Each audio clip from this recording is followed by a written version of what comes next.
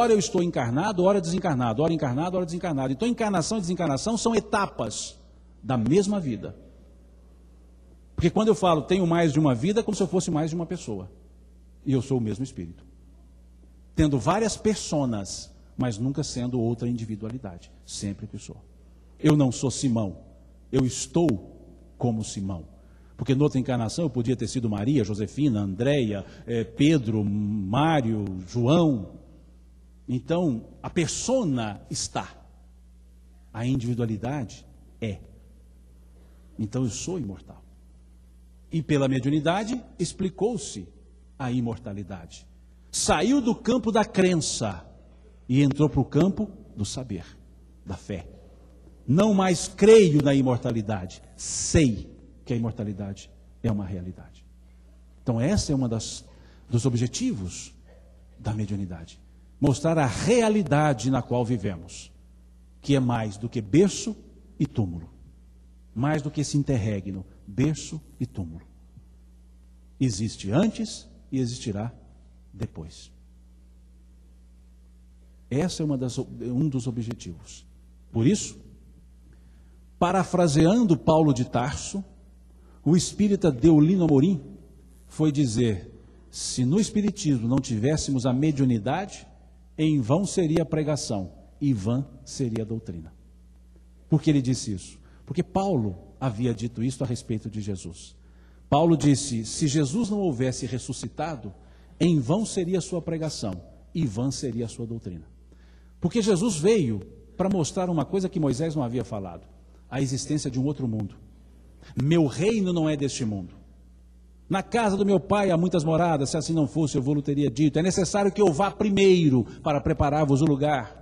Antes que esse mundo fosse, eu já era. Veja, vários momentos ele vai mostrando que existe outra vida. E qual foi a prova cabal para ele provar mesmo, de fato, que existe vida após a morte? Ele se mostrando depois. Morreu e se mostrou depois. Que à época o pessoal chamava de ressurreição. Vamos deixar o termo, não pelo seu aspecto, digamos, epistemológico, semântico, mas pelo termo que foi usado no Evangelho. Se ele então não se mostra na linguagem de Paulo, ressuscitado, que nós sabemos que a ressurreição não tem esse aspecto que foi dado ali, mas não é o caso, ele não provaria o que ele tinha falado. Então, para Paulo, o mostrar-se depois da morte era o fundamento cabal. Por isso ele disse: se Jesus não houvesse ressuscitado, em vão seria a pregação, em vão seria a doutrina, ficaria só na retórica. E ele mostrou-se depois. Da mesma forma, Deolino vale-se disso. A mediunidade é que provou a imortalidade, é que deu crédito a todas as informações. Então ele disse: se não houvesse a mediunidade no espiritismo, em vão seria a pregação, em vão seria a doutrina. Então ela é a espinha dorsal, dá movimento à própria doutrina espírita, sustenta, dá equilíbrio, mobilidade à doutrina espírita. Por isso, então, o seu objetivo: demonstrar a imortalidade da alma. E um segundo objetivo: um convite à reforma moral. Muitos dizem que precisamos ter reuniões mediúnicas, porque senão, o que será dos espíritos? Precisamos orientar os espíritos. E eu pergunto a vocês, como é que acontecia antes das reuniões mediúnicas? Em tese, nessa forma que nós conhecemos, reuniões mediúnicas surgiram após o advento do espiritismo. 153 anos, mais ou menos. Em tese foi assim. Então quer dizer que, sendo a reunião mediúnica o único meio para esclarecer espíritos, até 1857 nenhum espírito foi esclarecido. A fila deve estar enorme. Veja. Então nenhum foi esclarecido? Lógico que foi.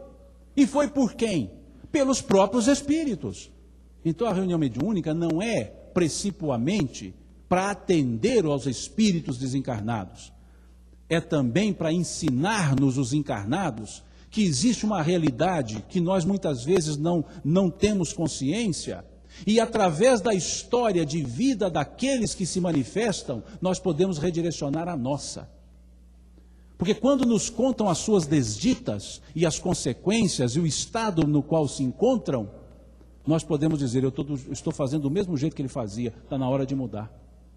Então a reunião tem muito mais efeito para nós, os encarnados, do que para os desencarnados. Então é um convite à reforma moral, através das histórias. Como dizia Hermínio Corrêa de Miranda, intitulando o seu livro, História que os Espíritos Contaram. E quantas dessas histórias nós podemos utilizar e poderemos utilizar para redirecionar a nossa estrutura de vida. Então é um convite à reforma moral, não a um moralismo. Moralismo é eu querer que o outro faça aquilo que nem eu faço e critico quando ele faz. A moral é um conceito individual. Então é a renovação dos meus próprios conceitos. A mediunidade, ela não é moralista, ela é moralizante. Ela tem um aspecto moralizador, mas não moralista. Porque ela não é hipócrita. Lógico que não acontece aqui nas terras de Goiás, mas quanta gente fica criticando o Big Brother Brasil. É um programa que leva à perdição. Inclusive ontem teve uma cena assim. Isso é moralismo. Estou lá assistindo e falando para os outros que não pode assistir. Isso é moralismo. Faço o que eu mando e não olho o que eu faço. A doutrina espírita, a mediunidade em especial, não tem esse caráter. Ela tem um caráter para dizer assim, esse Big Brother está destruindo tudo e eu estou aqui assistindo, eu preciso dar um jeito de mudar isso. Aí é moralização. É de mim para comigo e não de mim para com o outro. Então tem esses dois objetivos, dentre outros, óbvio, esses dois objetivos de demonstrar a imortalidade da alma e um convite à reforma moral. Sentirmos-nos em condições de percebermos-nos espíritos maiores do que esse interregno encarnatório que muitas vezes erroneamente chamamos de vida, mas na verdade uma etapa da nossa vida. Bom, mas qual outro componente é fundamental nesse processo? Além de entender a mediunidade para todos, toda a carne, como disse Joel, o profeta Joel, como diz Joel, dá a impressão que eu já conheci Joel e bati um papinho com ele. Não, o profeta Joel. Daqui a pouco estou chamando de apelido, Elzinho. Não, o profeta Joel. E como disse então o profeta Joel, era toda a carne. Essa toda a carne são todas as pessoas. Então essas pessoas são as que nós chamamos médiuns. Na letra do Gladstone, hoje médiuns, antes profetas. Faculdades não mais ocultas. E quem é o médium? No capítulo 14 do livro dos médiuns, Kardec define o médium dizendo: todo aquele que sente em grau qualquer a influência de um espírito é, por conseguinte, médium. Beleza, atendeu a ideia da generalização. Pode-se dizer, diz ele, que todos somos mais ou menos médiuns. A generalização. Mas agora uma generalização criando um aspecto assim um pouco de especificação. Mais ou menos médiuns. Quer dizer que uns têm um pouquinho mais, uns um pouquinho menos. E aí ele segue a frase colocando uma conjunção adversativa. Porém, veja, todas as vezes que usamos a conjunção adversativa, o que vale mesmo é o que está depois dela. O antes dela é só um chamamento. Você conhece o fulano? Conheço, gente boa, mora ali, mas... aí é que eu vou falar o que realmente penso dele.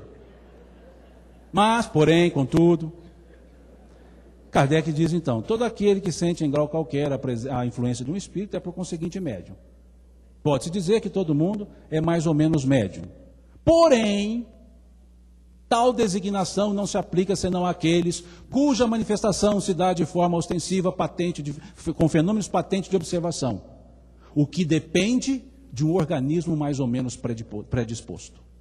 Então ali ele cria a definição genérica para dizer que a faculdade todos nós possuímos porque somos espíritos e a faculdade é do espírito, mas por questões didáticas denomina-se médium somente aqueles cuja faculdade está patentemente demonstrada, é ostensiva. Então nós podemos dizer, todo mundo é médium? Em essência sim, na generalidade sim, na especificidade não. E aí por uma questão didática usamos o nome médium somente para os ostensivos. segundo Kardec. Porém, quer dizer, todavia, em algumas traduções, tal designação não se aplica senão àqueles cuja percepção se dá de forma ostensiva, de patente, ou seja, clara, vista, provocando os fenômenos. Então, para um fim didático, nós chamamos médiuns aqueles que são ostensivos, e não somente os que trazem, e não também os que trazem em germe a potencialidade. Genericamente, sim, especificamente, não. E ele diz no final que essa faculdade tem um detalhe. Diz, o que depende de um organismo predisposto. Mostrando então que há um detalhe, que não é só espiritual, é também biológico. E é aí que vai mostrar. Na conjunção biológica eu tenho condições de manifestar a faculdade que eu trago. Na conjunção biológica eu não tenho condições de manifestar a faculdade que eu trago. Por isso, uns são ostensivos, outros não. Faz parte da própria estrutura da programação reencarnatória, na composição da estrutura biológica, para que eu possa, pelo meu corpo, exteriorizar-me ou interiorizar aquilo que chega. E ele reforça isso no capítulo 20 do Livro dos Médiuns, também no item 226, quando ele vai falar da influência moral, e respondendo a uma pergunta, um espírito diz que a influência moral pouco importa no aspecto da mediunidade.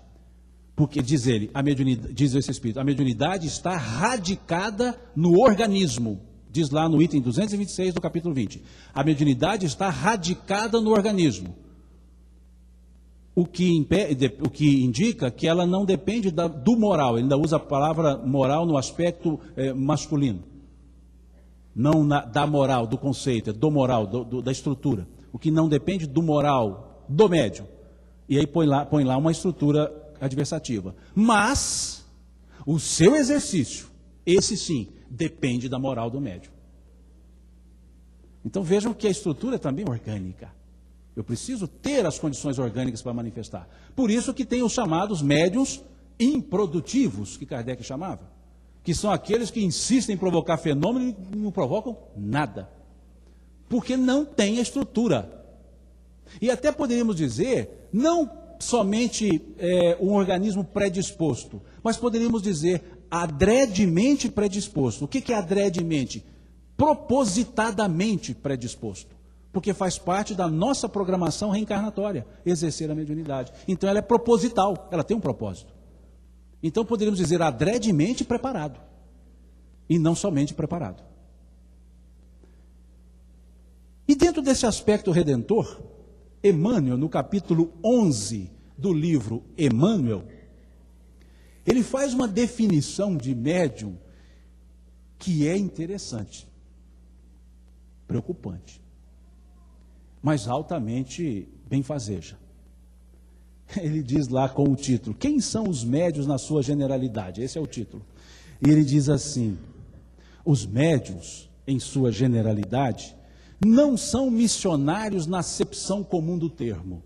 São almas que fracassaram desastradamente, que contrariaram sobremaneira o curso das leis divinas, e que resgatam, sob o peso de severos compromissos e ilimitadas responsabilidades, o seu passado obscuro e delituoso, constantemente enodoado de graves erros e clamorosos deslizes.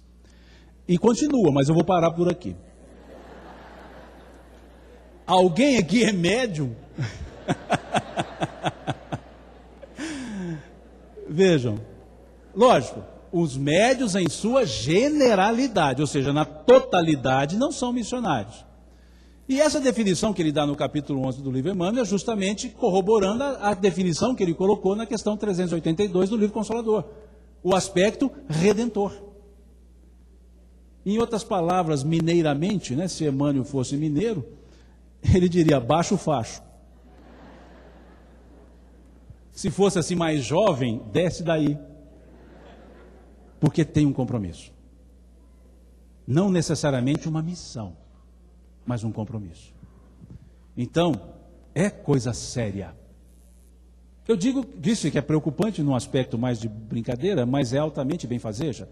Porque se a pessoa está com as faculdades ostensivas, ela está na oportunidade de se autorredimir e lidar com os outros também.